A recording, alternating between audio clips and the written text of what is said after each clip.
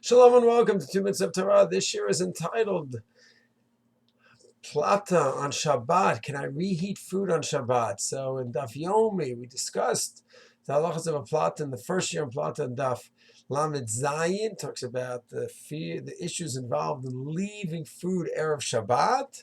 And therefore, can you leave it on the Plata or not? That was point number one.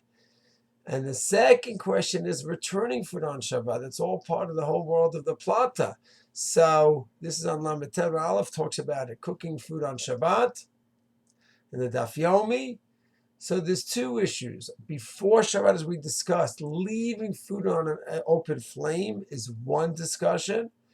And there's a gezeira, you're going to come to go ahead and stir the flame. So if it's fully cooked, some say partially cooked, that might remove the Isser. And now you have another problem. Putting food on Shabbat, not before Shabbat, on Shabbat. Take a kugel out of the fridge and putting it onto the fire. There's another problem, and that is netina lechatchila, where that Mexican vashela looks as if you're cooking, and people are going to be used to just going and taking things that are fully cooked and putting them onto the fire, which midoraita is fine if it's dry, like a dried potato kugel, cooked. But you're going to get used to the idea of the putting stuff on the fire on Shabbat and shooting. They end up putting something that's not cooked. So you have to have some kind of a shinui, some kisui, some cover over the fire.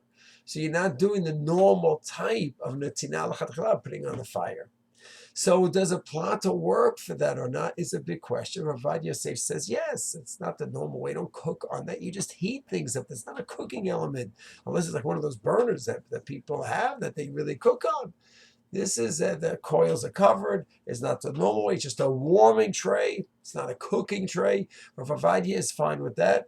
Others say the bottom line is it does get hot. And theoretically, you could cook on it, and therefore that is not enough just to go ahead. And I don't put it on the fire, I put it on a warming tray. I have to have some kind of a shinoi as well. So some say I have to have a turned over aluminum pan, and that's clearly a shinoi. No one is cooking that way. There's a clear shinoi that's made, a difference is made, and therefore you go ahead.